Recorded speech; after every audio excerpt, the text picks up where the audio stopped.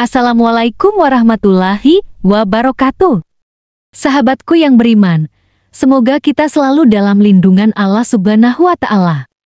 Sahabat, banyak pendapat mengenai hukum oral seks. Mengenai hukum oral seks, beberapa pendapat yang mutabar atau teranggap atau diakui di antara para ulama. Ada pendapat yang mengatakan haram total, karena hal ini menyerupai hewan dan mulut adalah tempat yang bersih dan mulia seperti makan, tempat berzikir, dan berkata-kata yang baik. Dan ada juga yang mengatakan boleh atau mubah, dengan syarat tidak terkena madzi hukumnya najis, maka dibersihkan dahulu, karena keluar ketika awal bercumbu atau terangsang. Sahabatku yang beriman, inilah penjelasan mengenai hukum oral seks. Ada beberapa ulama yang melarang oral seks. Pertama, sulitnya menghindari najis pada oral seks yaitu madzi dan sisa air kencing pada kemaluan. Kedua, menyerupai hewan dan tasyabuh dengan perbuatan orang-orang kafir, terutama pelacur dan bintang porno.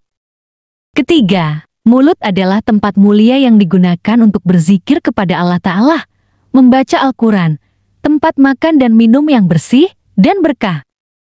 Keempat, oral seks akan mengantarkan pada fantasi lainnya yang tidak sesuai fitrah seperti seks dengan kekerasan dan lain-lain.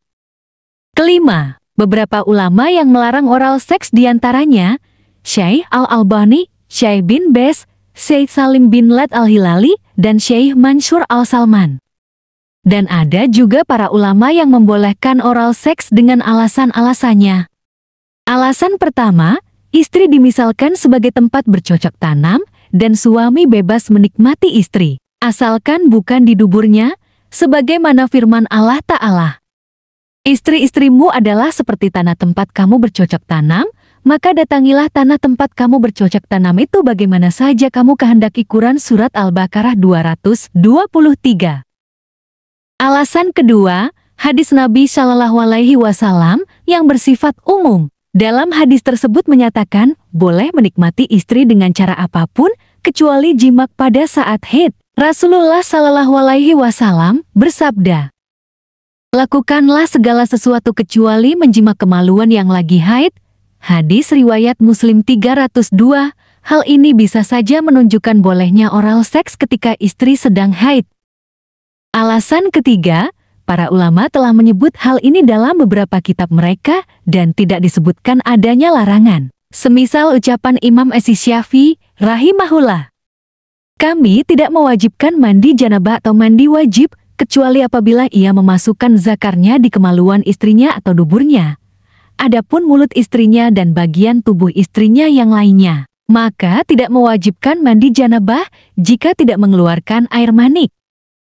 Alasan keempat, sebagaimana ulama ada yang membolehkan mencium kemaluan istri, yaitu mengisap biji kemaluan istri, demikian juga dengan istri, maka boleh sebaliknya. Seorang ulama mazhab Syafi'i yaitu Al-Maryari Al-Fanani rahimahullah berkata, boleh bagi seorang suami menikmati istrinya dengan berbagai cara kecuali lingkaran duburnya. Bahkan boleh menikmati istrinya meskipun mengisap kiltorisnya. Fathul Muin bin Syar Quratil Ain halaman 482. Alasan kelima, sebagian ulama membolehkan mengisap dan mencium apabila sebelum mulai jimak, karena belum keluar madzi dan belum bercampur dengan cairan farji, boleh dilakukan dengan cara membersihkan dahulu dari madzi yang keluar. Dalam fatwa Esi Syabakah Islamiyah disebutkan bahwa bolehnya mencium farji sebelum jimak dan makruh hukumnya setelah jimak. Ulama Hanabilah rahimahullah membolehkan mencium farji istri sebelum jimak dan makruh hukumnya setelah jimak. Fatwa nomor 50.708. Demikian pendapat beberapa ulama dan penjelasannya dengan dalil-dalil mereka.